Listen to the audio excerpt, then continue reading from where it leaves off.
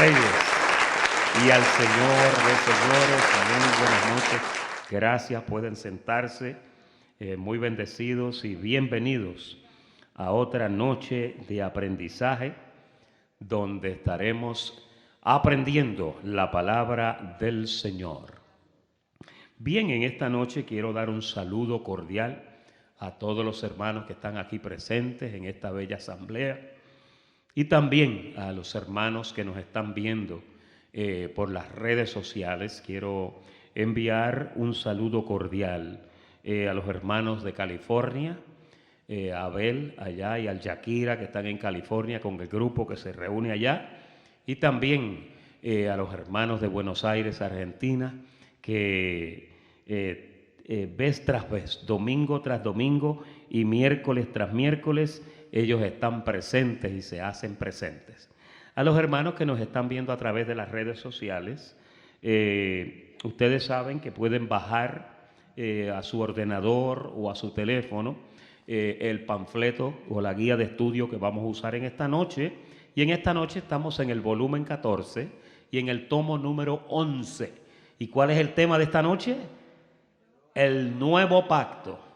Y vamos a hablar bastante en detalle de estas cosas. En la Biblia yo escuché y leí que hay unos 7 pactos mayores, pero entre los 7 hay 2 pactos que nos llaman mucho la atención, y uno de ellos es el pacto, o fue el pacto de leyes, de leyes y ordenanzas que fueron dadas para la carne.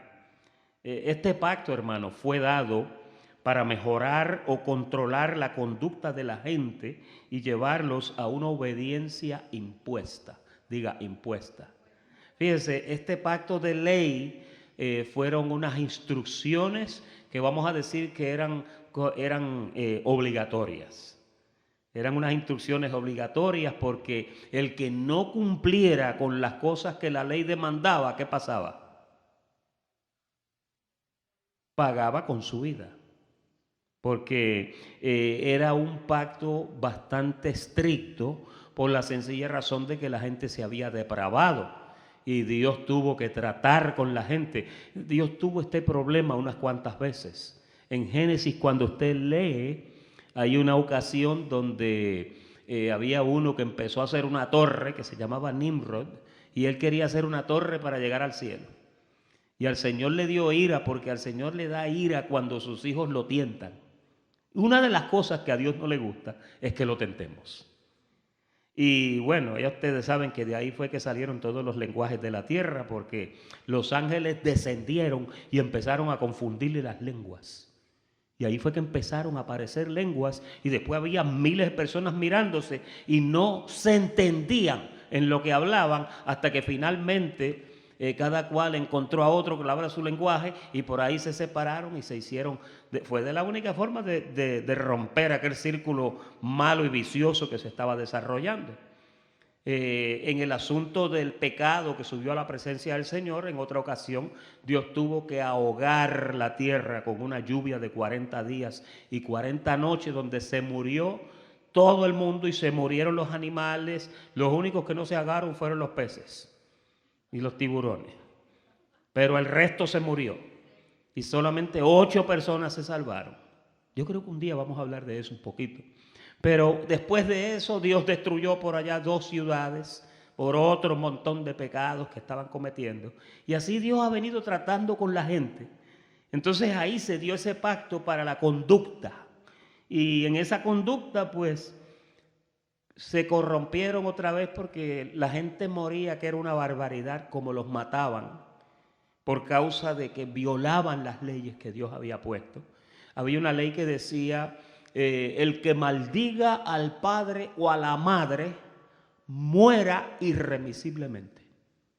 El que le diga a su hermano fatuo será culpado de juicio. Hoy vamos a ver algunas de esas cosas de ese viejo pacto. El viejo pacto era un pacto donde no había, oiga bien, no había misericordia, no había perdón y no había una segunda oportunidad en el primer pacto, ¿ok?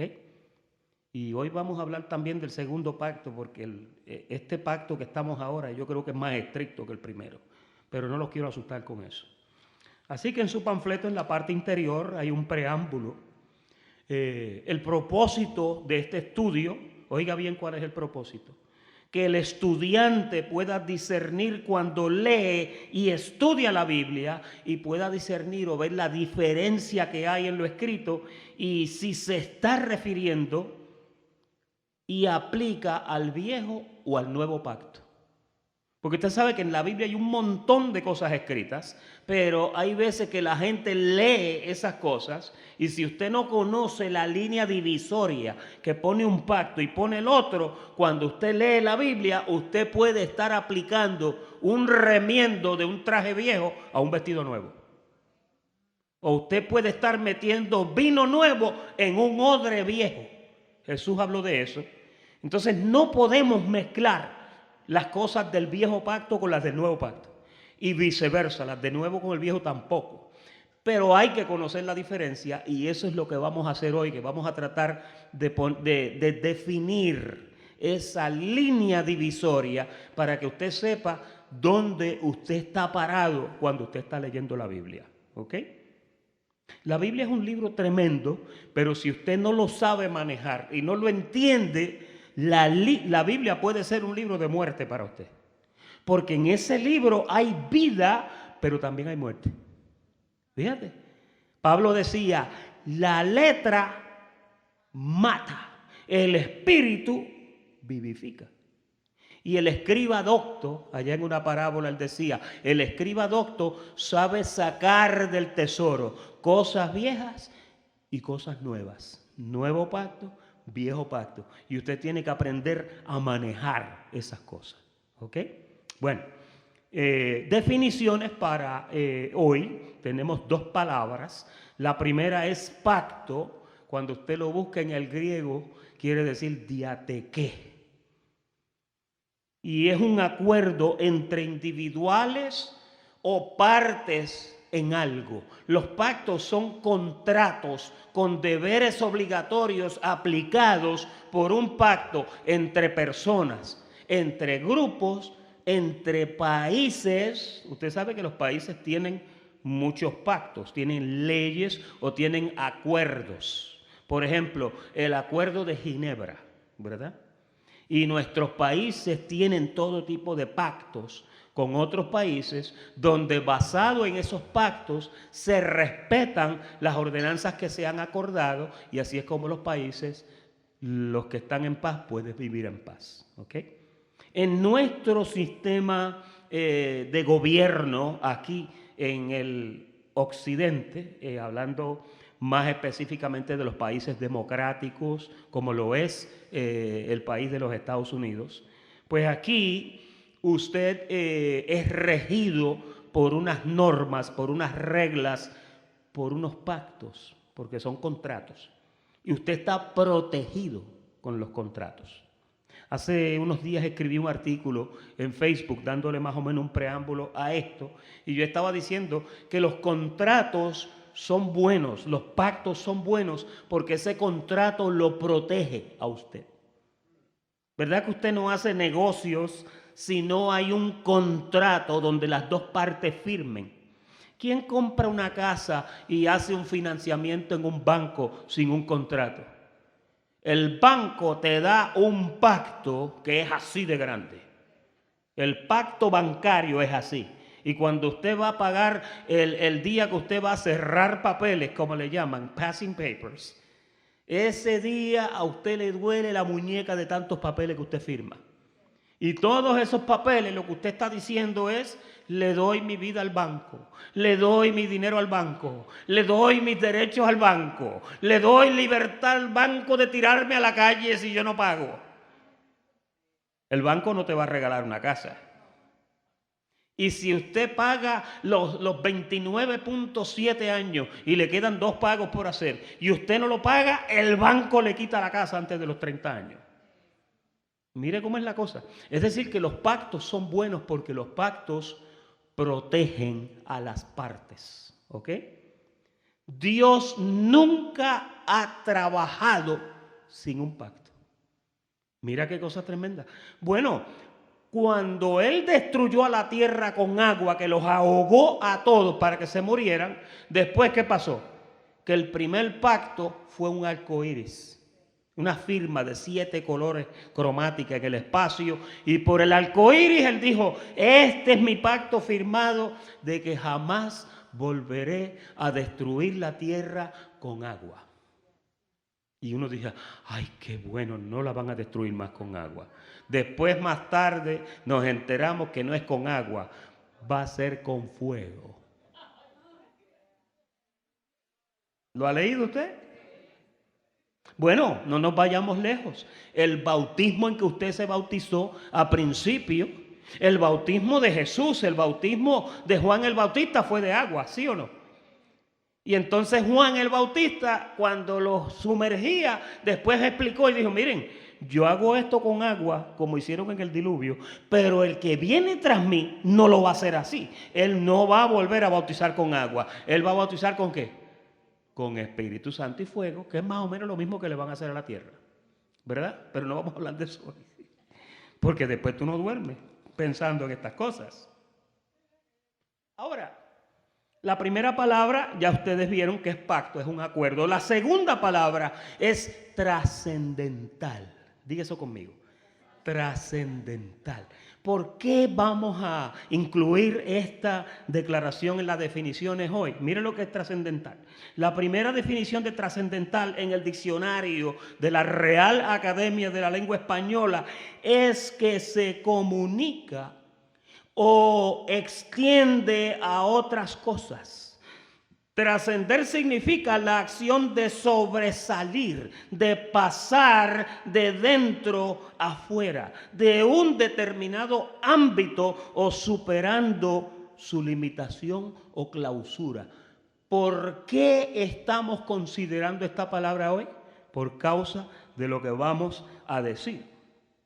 Miren las notas ahí en la primera parte, el primer capítulo o el primer renglón de esta noche. Es titulado Origen del Viejo Pacto. Vamos a ver primero cómo fue que empezó con eso. Y ahorita usted va a entender por qué consideramos la palabra trascendental. Dice Éxodo 31:18, para los que no lo saben, los que vamos y los que no, pues estamos repasando, para que usted vea cómo fue que pasó lo del primer pacto de ley. Y dio a Moisés cuando acabó de hablar con él en el monte de Sinaí, 2 tablas del testimonio. ¿Sabe por qué dice el testimonio? Porque cuando Dios habló con Moisés en el monte Sinaí, le explicó todo lo que él iba a hacer y le dijo, todo lo que te he dicho, ese era el testimonio. Aquí está escrito en estas 2 tablas. Y se lo entregó en 2 tablas de piedra escritas ¿con qué? Fíjese, el primer pacto fue escrito y firmado con el dedo mismo de Dios. ¿Estaría Dios interesado en entrar en un contrato con el hombre? Vamos a ver los detalles. Éxodo 32:15 para elaborar un poco en esto. Dice, y volvió Moisés, yo le añadiría ahí, con las 2 tablitas del testimonio, y descendió del monte trayendo en su mano las 2 tablas del testimonio, las tablas escritas por ambos lados.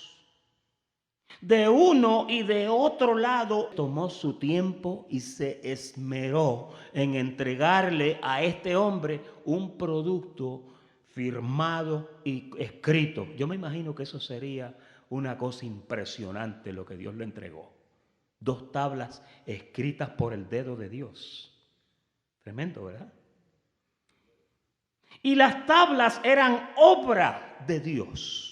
Y la escritura era escritura de Dios. Oye, yo quisiera ver la firma de mi Señor. Qué cosa tan tremenda. Lo que este hombre llevaba en la mano era un contrato escrito y firmado por el mismo Dios del cielo. Algo tremendo. Y yo me imagino que Moisés iba impresionado y contento. Ahora, yo quiero que tú veas lo que pasó cuando él llega al campamento. Mira el otro verso, Éxodo 32, 19. Y aconteció que cuando él llegó al campamento, oye esto, ahí viene el hombre con las 2 tablas firmadas por Dios. Cuando llega al campamento y vio el becerro, un becerro de oro que habían hecho, y las danzas, la gente danzando, me imagino, alrededor del becerro y haciéndole así al becerro. Moisés se airó, dice, ardió la ira de Moisés y oye, pero el coraje que este hombre tenía, él venía impresionado con esas 2 tablas. Pero tal parece que la impresionada que Dios le dio con las 2 tablas fue superada por la blasfemia que su hermano Aarón había permitido que se hiciera en el campamento. Él acababa de firmar un contrato hablando con Dios y cuando viene encuentra al pueblo en idolatría. ¿Tú te puedes imaginar eso? También yo pienso, cuando yo miro esto, yo pienso en el Señor allá arriba, quizás todavía tenía el dedo caliente de lo que le había firmado en las 2 tablas por los 2 lados. Eran 2 por los 2 lados. Él le dio un double-sided copy. Y cuando Moisés ve esto, Moisés perdió la tabla, Moisés se le fue el mundo. Y dice que arrojó las tablas de sus manos y las quebró al pie del monte.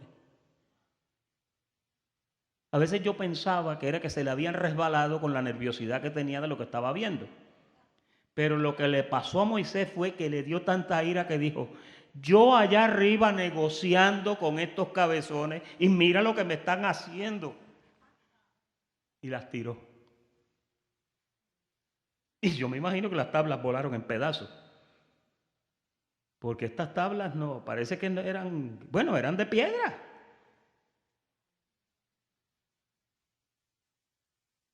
Oye, mira el 20, este hombre airado, pero airado, dice, y tomó el becerro que habían hecho, imagínense esto, lo quemó al fuego y lo molió hasta reducirlo a polvo. Y yo me imagino que mientras él hacía esto, tenía las orejas que parecían 2 tizones así prendidas. Y el primero que se escondió fue el hermano de él, Aarón. Y todo el pueblo cuando lo vio así, porque a Moisés le tenían miedo. Porque él era un hombre que levantaba la mano y temblaba todo. Moisés el pueblo había entendido que él era el hombre de Dios. Moisés era Dios para el pueblo.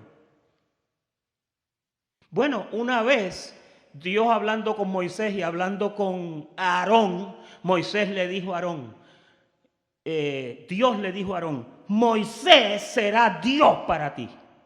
Imagínate. De ahí salieron algunas doctrinitas que no fueron muy buenas en el pasado. Pero yo miro a este hombre y dice que esparció sobre las aguas. Lo que redujo a polvo lo esparció sobre las aguas y lo dio a beber. Ah, sí, les gusta el becerro, tómense una limonada de becerro. Y yo creo que nadie le dijo nada, nadie. Este fue el tremendo misterio que hubo con las tablas. Después de esto, cuando usted lee, usted se da cuenta que Moisés vuelve y habla con Moisés. Parece que le dijo, perdóname maestro, se me fue la tabla, ¿me puedes escribir 2 más?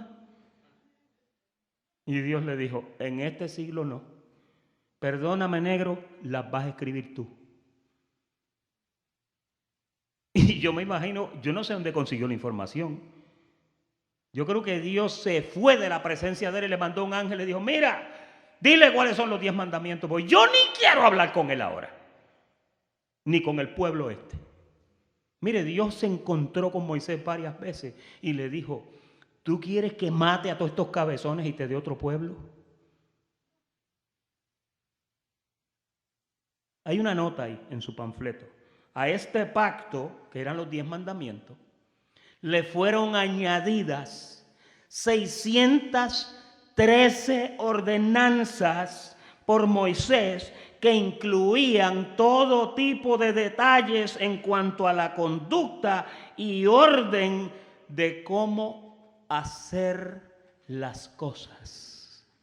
Usted sabe que en estas 613 ordenanzas habían instrucciones hasta de cómo ir al baño, por si usted no lo sabía.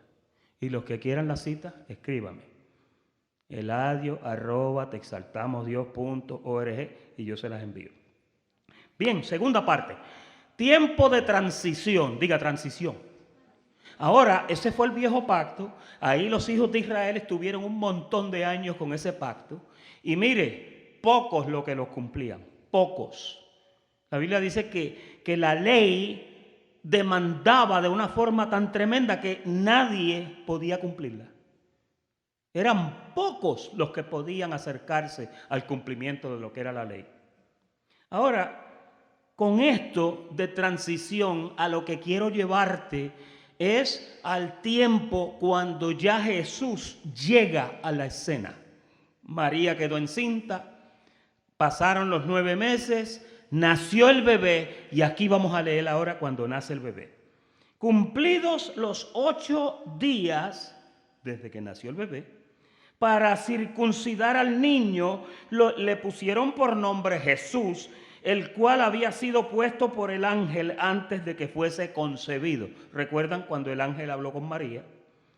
Y cuando se cumplieron los días de la purificación de ellos, quiero pararme aquí un segundito y decirles que este verso está tergiversado, porque en el original, cuando usted busca los días que se pasaron de la purificación, eran los días de ella, de María. Yo estuve observando la versión Casiodoro de Reina de 1569 y dice los días de la purificación de María. Si también quiere ese, escríbame y yo le mando una foto para que lo vea. En la revisión de Cipriano de Valera del 1602, Lucas 2:22 dice, cuando se cumplieron los días de la purificación de ella, porque la mujer tenía un periodo de tiempo donde después de esa menstruación ella tenía que purificarse y estar unos días, no se podía acercar al templo, al tabernáculo, porque era considerada inmunda. Sencillamente porque la mujer quizás estaba en asuntos de sangre, y en el tabernáculo la única sangre que podía entrar era la sangre de los machos cabríos y de los corderos para la expiación del pecado del pueblo. ¿Se entendió? Esa era la única sangre que podía entrar al templo. Y la tenía que llevar el sumo sacerdote, que él hacía el ejercicio, él mataba el animal, él sacaba la sangre y él mismo la llevaba personalmente al lugar santísimo. Lo que pasa es que aquí cambiaron esto para proteger algo que se llama la Inmaculada Concepción. ¿Ok? Y no te voy a decir nada más. Bueno. Entonces ahora dice que cuando se cumplieron los días de la purificación de ella, de María, conforme a ¿qué? A la ley de Moisés, porque esa era uno de los 613 detalles que habían en las ordenanzas que se le había dado a los hijos de Israel. No confundas los 613 mandamientos de instrucciones con los 10 mandamientos. ¿Ok? Ahora, agárrate con lo que te voy a decir ahora. Los 10 mandamientos que Dios dio en la ley, todavía esos 10 mandamientos están. Lo único que ya no están escritos en piedra, sino que ahora Dios los cogió y los escribió en tu corazón. ¿Lo decía Jeremías? Escribiré mis leyes en sus corazones. Ya no lo voy a hacer en tablas de piedra. Hay personas que piensan que como el pacto cambió, ahora puedo decir falso testimonio, ahora puedo hurtar, ahora puedo adulterar, ahora puedo tener dioses ajenos. Pastor, ¿y el del sábado? Tú estás en reposo ya. La Biblia dice que tú estás en un reposo eterno, que los que están en el Señor, dice que han entrado a su reposo. Así que ese mandamiento tú lo estás cumpliendo también. Ahora no es de 24 horas. Ahora es un reposo eterno. Reposaste de tus obras, como Dios reposó de la suya. Porque mira, un día de reposo de 24 horas no te resuelve mucho.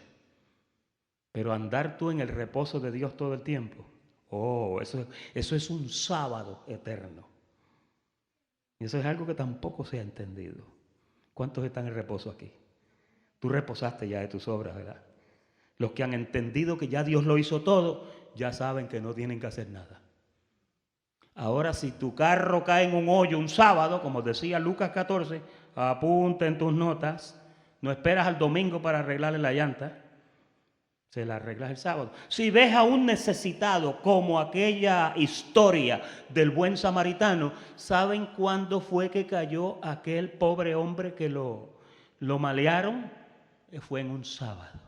Y el levita iba tan santificado, no lo puedo ayudar porque hoy es sábado. Y Dios tiene que decir que un samaritano que no tiene ley, que era enemigo de los judíos, tuvo más amor que el mismo pueblo que confesaba y que decía que eran pueblo de Dios. Así pasa hoy, ¿oíste? Así pasa hoy. Hay veces que la gente que va a la iglesia es la gente más mala que hay. Ir a la iglesia no salva a nadie. Quien te salva es Jesucristo. Y tú no vienes a la iglesia a buscar a Dios. Tú vienes a la iglesia a atraer a Dios con el resto de los hermanos y aquí a compartir en un solo cuerpo. Eso es lo que hacemos aquí. Porque el templo ahora eres tú. Esto es un lugar donde nos reunimos. Aquí no hay nada santificado, ¿viste? El santificado eres tú y soy yo. Tú eres el templo. Dígale al que está a su lado, tú eres el templo. Dios hizo morada en ti. Dios no está haciendo morada en este edificio. No.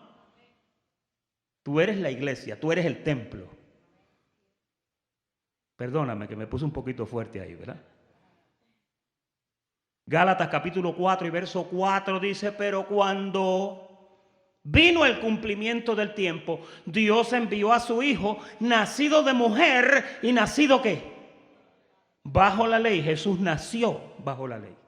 Mira, óyeme, Jesús nació y murió bajo la ley. Y lo vamos a entender ahorita. No me mires así en ese tono de voz. Versículo 5, María. ¿Para qué fue que murió? Para que redimiese a los que estaban bajo la ley. Por eso Él tuvo que venir bajo la ley. Para que los redimiese a fin de que recibiésemos la adopción. Si Él no hubiera nacido bajo la ley, Él no te podía librar de la ley. Porque quien le pagó a la ley lo que la ley demandaba fue Él. Y después que Él le pagó, le dijo, ok, aquí te pago ahora, get lost. Así le dices tú al banco, cuando le pagas el último centavo del bill, tú le dices, ok, get lost.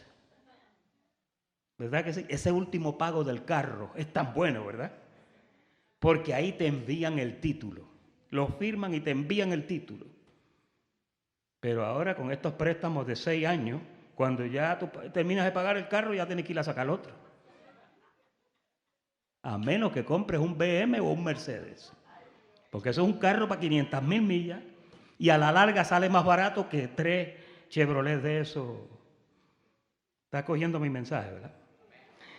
Juan capítulo 10 y verso 34. Mira qué lindo. Jesús le respondió, ¿no está escrito en vuestra ley que yo dije, dioses sois?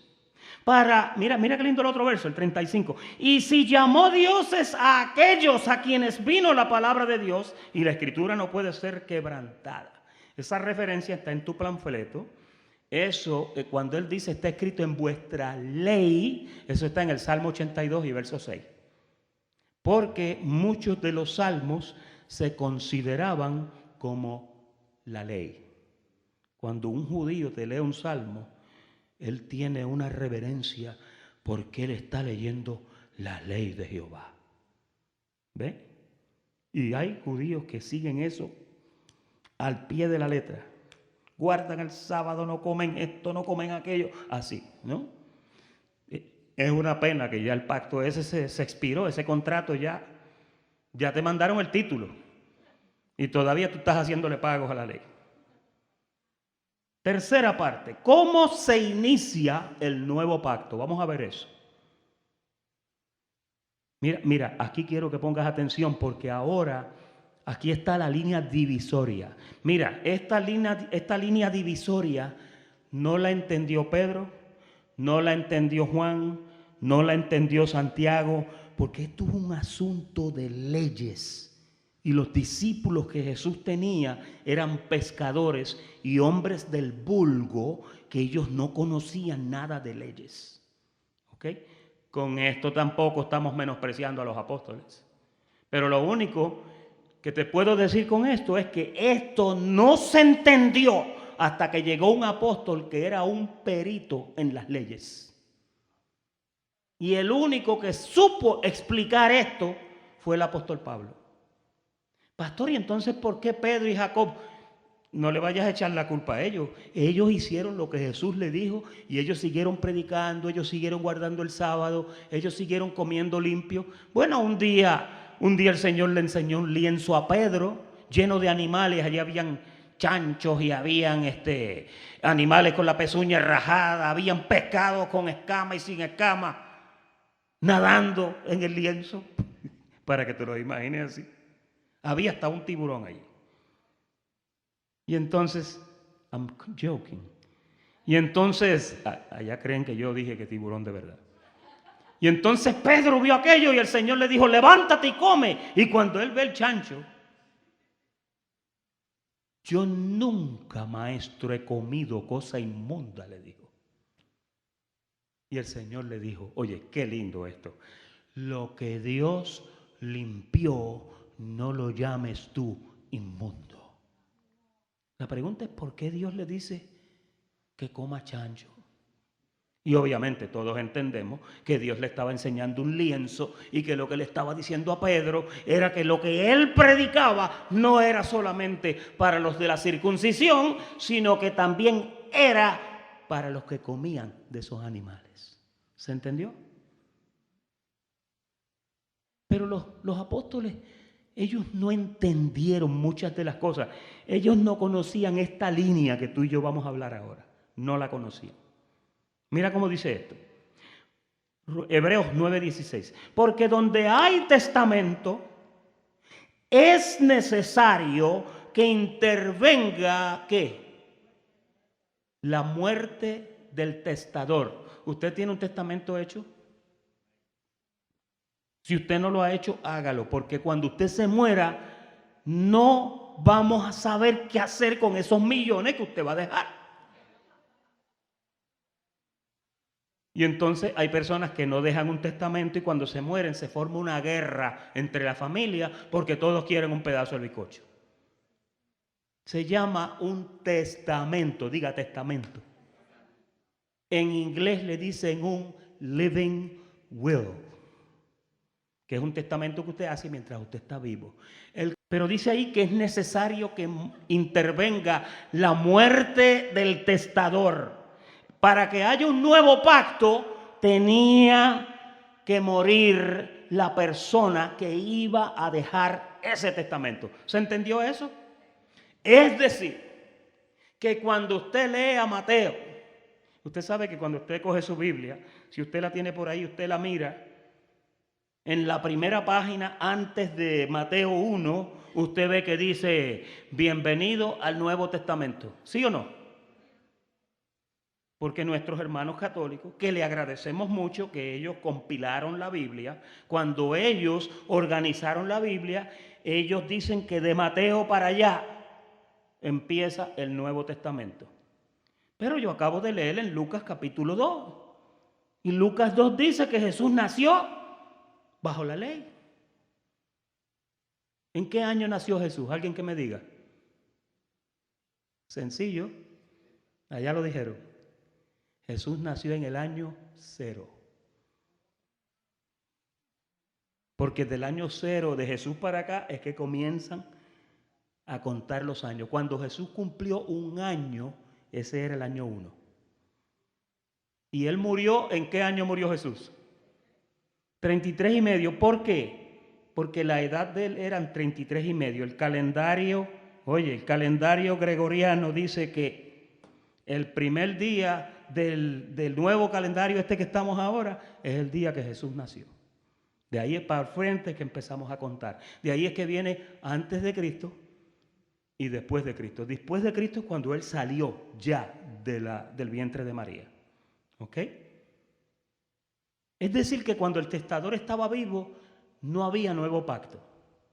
El nuevo pacto iba a llegar cuando el testador muriera.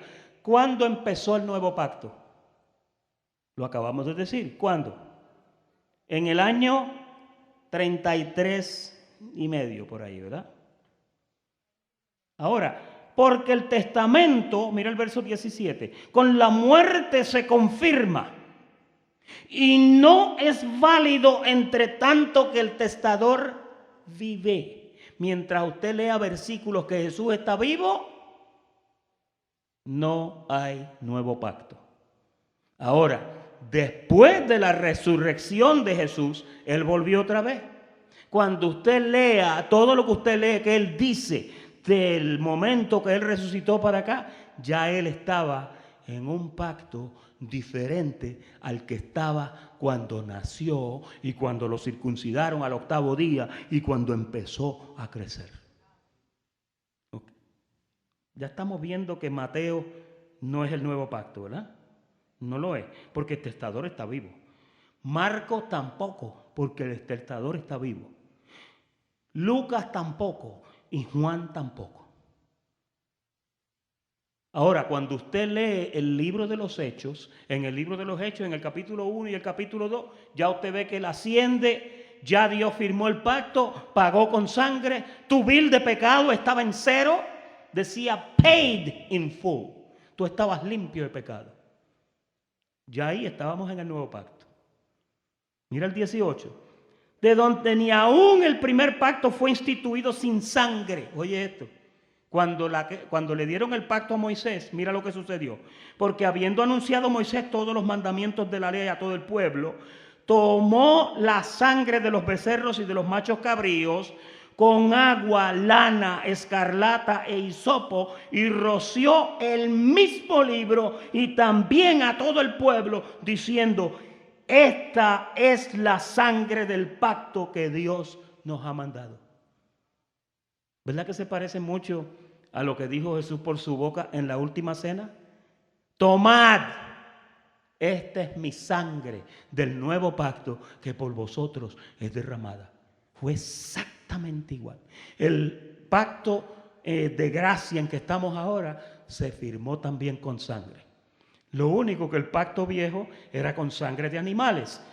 Este pacto fue firmado con la sangre más preciosa que hay en todo lo que usted se puede imaginar. Esa es la sangre que lo pudo limpiar a usted de pecado. Mire Hebreos 10, 1 y 2. Porque la ley, teniendo la sombra de los bienes venideros, ¿qué dice? No la imagen misma de las cosas, nunca puede, o sea, nunca pudo, por los mismos sacrificios que se ofrecen continuamente cada año, hacer perfectos a los que se acercan. Y de otra manera, si los limpiara, ¿qué dice? Cesarían de ofrecerse. Pues los que tributan este culto limpios una vez, ya no tendrían más necesidad y más conciencia de pecado. Fíjate que esto que yo te estoy leyendo, esto lo tienen muchos cristianos metidos en la mente todavía, y ellos piensan que hoy pecaron y van y se arrepienten y el Señor derrama sangre sobre ellos otra vez, y mañana vuelve y pecan y el miércoles ya al Señor no le queda sangre.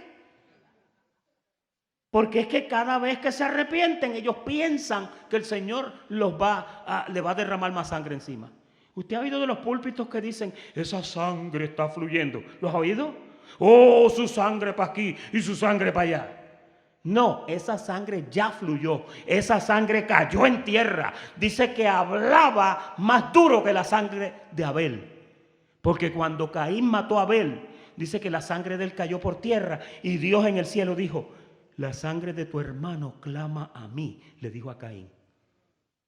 Obviamente, la sangre de Abel pedía justicia a Dios por un hombre, que era Abel.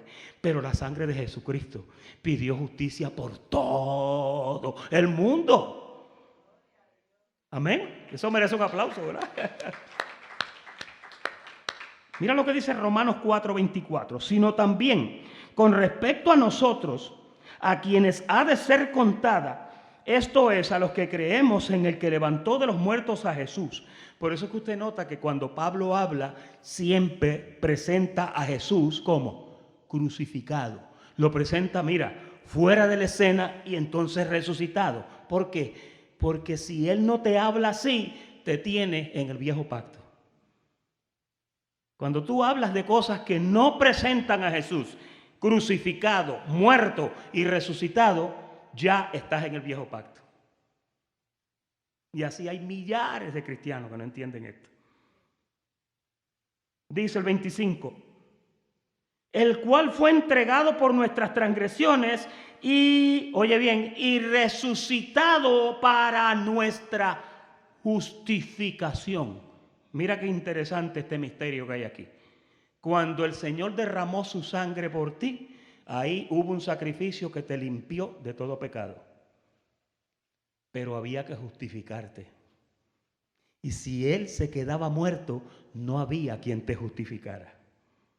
Entonces ahora Pablo se lo explica aquí a Roma y le dice, entregado por nuestras transgresiones y resucitado para nuestra justificación. Por eso era que Pablo decía en otro capítulo, si Cristo no hubiera resucitado, en vana sería nuestra predicación.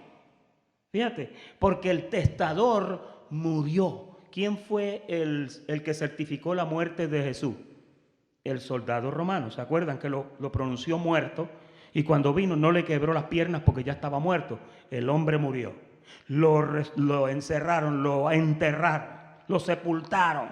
Y al tercer día se levantó. Legalmente él cumplió el testamento porque él murió. En Israel dejaban a la gente 3 días, porque a veces las personas parecía que se habían muerto y al otro día se levantaban.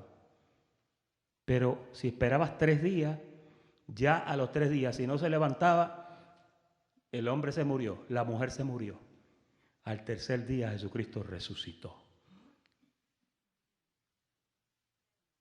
Romanos 6:3. ¿O no sabéis que todos los que hemos sido bautizados en Cristo Jesús? Mira lo que dice aquí. Hemos sido bautizados, ¿dónde? Era necesario que Él muriera, porque si a Él no lo mataban, o si Él no moría, tú no quedabas bautizado en su muerte.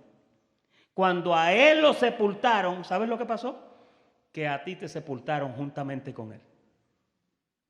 Que Pablo lo dice en varias epístolas. Dice, porque somos sepultados juntamente con Él para muerte por el bautismo. No vayas a confundir esto, no vayas a pensar que cuando te bautizan en agua te están sepultando. No, eso es lo que te dice la religión. Cuando a Él lo sepultaron, tú fuiste bautizado en su muerte. Es en la muerte de Él que tú fuiste bautizado. Porque un poquito de agua no te va a hacer nada a ti. Nada. A fin de que como Cristo resucitó de los muertos para la gloria del Padre, así también nosotros andemos ¿en qué?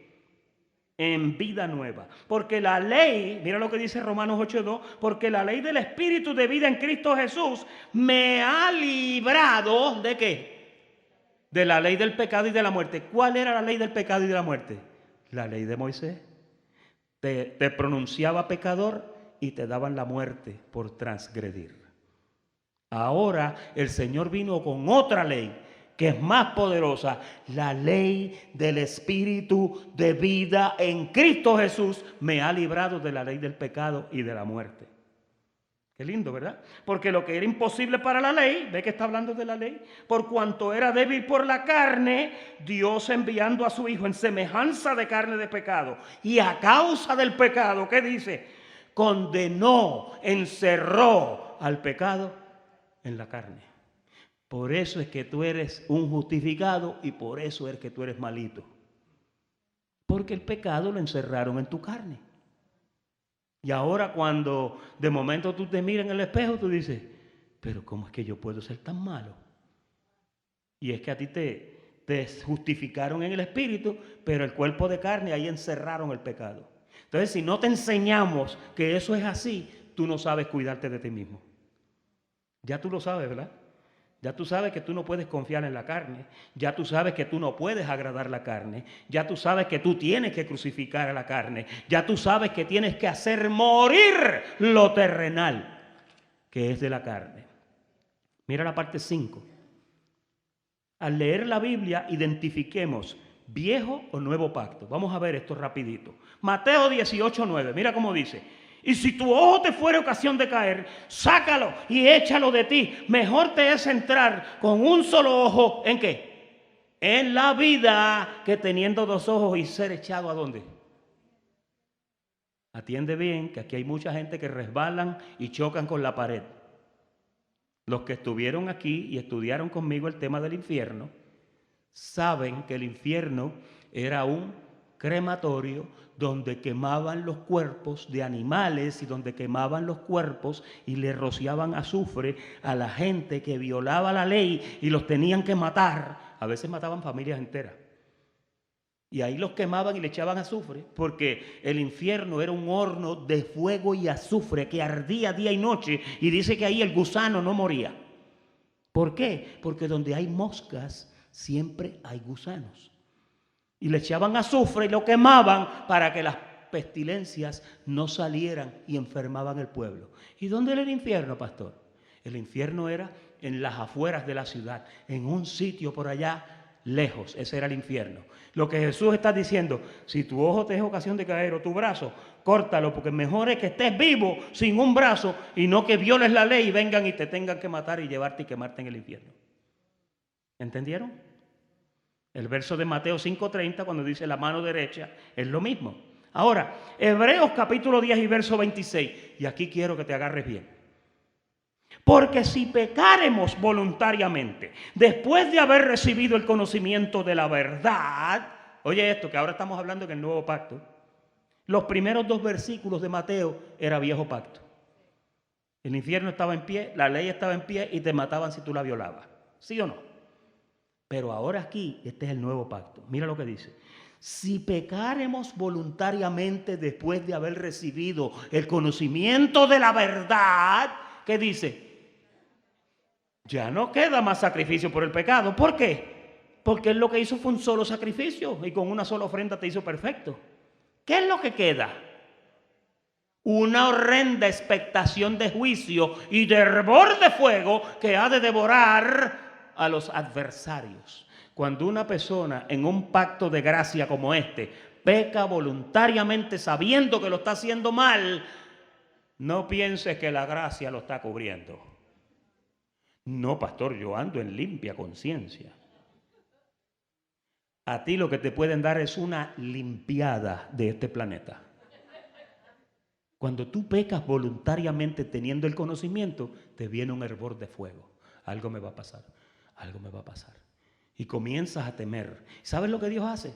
Como aquí no te tienen que matar como en la ley, Dios te deja que te consumas solito. Mira, o te enderezas o te entregan a la carne para que mueras a fin de que tu espíritu sea salvo en el día del Señor. ¿Se acuerdan que cuando estuvimos hablando de las recompensas, hablamos de gente que muere sin recompensa? Hay gente que muere con pérdida aunque son salvos, ¿te acuerdas? Pues cuando la persona peca voluntariamente, mira, aquí está lo que la persona hace. Hebreos 10:28. El que viola la ley de Moisés, esto era lo que pasaba allá, por el testimonio de 2 o 3 testigos que decía, muere irremisiblemente, ¿verdad? Ahora, miren este pacto, miren este. ¿Cuánto mayor castigo pensáis que merecerá El que pisoteare al Hijo de Dios y tuviere por inmunda la sangre del pacto en la cual fue que. Fíjate que no te quita la realidad de que Dios con su sangre te santificó. No te quita, eres un santificado, eres salvo. Pero si tú te vas a jugar con la gracia, aquí estoy en libertad ahora, y lo conviertes en una licencia para pecar, dice ahí que un mayor castigo puede venir para ti. E hiciere afrenta al Espíritu de gracia. Cuando una persona que ha conocido el pacto de la gracia peca voluntariamente, hace dos cosas bien feas. Tiene por inmunda la sangre del pacto en la cual fue santificado, le hace afrenta al Espíritu de gracia y pisotea al Hijo de Dios. Cuando tú pecas voluntariamente y tú conoces estas tres cosas, yo te garantizo que tú lo vas a pensar 2 veces antes de decirle sí a Jennifer López y irte con ella para un hotel, aunque te ofrezca el anillo. Fíjate que tú tienes que pensar cuando las ofertas vienen a tu vida. Estos son unos versos maravillosos que tú debes de entender. Cuando te viene una oferta de ganarte un montón de dinero ilegítimamente. Cuando te viene una oferta de irte para la playa con Jessica Alba. Cuando tú piensas en estas tres cosas, te dices, sorry, thank you, no thank you. Usted tiene que aprenderle a decir al pecado, no, no, thank you. Cuando seas tentado con algo así, que después te va a convertir en una persona que todo el mundo se va a reír de ti. Las manchas de las cosas que a veces las personas hacen se quedan en sus vidas y han sido grandes predicadores, han sido directores de ministerio y después han terminado como la burla del público por no conocer estas tres cosas. No pisotees al Hijo de Dios. No tengas por inmunda la sangre del pacto en la cual fuiste santificado y no le hagas afrenta al Espíritu de gracia. Yo te garantizo que entendiendo esto, tú no le vas a decir que sí a cualquier cosa. Tú lo vas a pensar. Y lo vas a pensar y a lo último vas a decir, no, thank you, no, no. Y por más que te digan no y tú no y no. Tenemos que aprender a decir que no. Usted sabe que cuando Pablo hablaba de la fornicación, Pablo dijo una vez, y en el pueblo, dice, había una fornicación que ni aún se nombra entre los gentiles, entre la gente de afuera. En el pueblo de Dios había fornicación. Y después respecto a la fornicación, él dijo, huid de la fornicación. Cualquier otro pecado que el hombre cometa está fuera del cuerpo, pero el que fornica contra su propio cuerpo peca. El pecado más feo que hay es la fornicación. ¿Sabe por qué? Aunque todos son malos, pero ese se comete en el cuerpo y dentro de tu cuerpo vive el Espíritu Santo de Dios y tu cuerpo es el templo del Espíritu.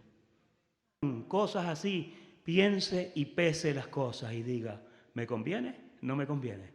Me conviene, y ahí vas a recordarte de Pablo que dice, todo me es lícito, pero no todo me conviene, todo me es permitido, pero ¿qué dice? Yo no me dejaré gobernar de ninguna de esas cosas. Resumen, el viejo pacto estuvo vigente durante toda la vida terrenal de Jesús.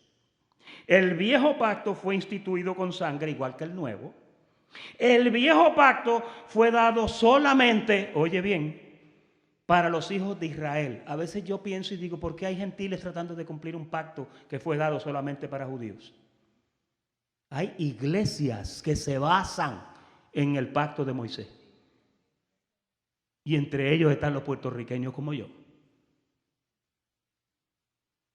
Los gentiles no tienen ley, dice Romanos 2, 14 y 15. En el nuevo pacto hay misericordia para transgresores que se arrepienten. Me gusta esa parte del nuevo pacto. En la ley, aunque tú te arrepintieras, te mataban. A ti y a toda tu familia. En el nuevo pacto también hay muerte, oye, prematura. Y hay versos para probar eso. Para los que pisoteen la sangre en la cual fueron santificados. Nota, no hay perdición. Aquí en este pacto, si tú violas el pacto y te mueres, te fuiste sin recompensa, te fuiste salvo así como por fuego. Como le iba a pasar a aquel muchacho allá en 1 Corintios 5:5. En el viejo pacto se dijo, sed santos porque yo soy santo. Y en el nuevo pacto también se dice lo mismo. En el viejo está en Levítico 27 y en el nuevo está en 1 de Pedro 1 del 15 al 16. Se te llama que seas santo. Pablo le dijo a los corintios, a los santificados en Cristo Jesús, llamados a ser santos. Y finalmente, en el nuevo pacto hay niveles de recompensa. En el viejo pacto no había recompensa. Allí era muerte o vida. Ese es el estudio de esta noche del nuevo pacto. Gracias por la atención prestada. Gracias a los hermanos que están en las redes. Muy buenas noches.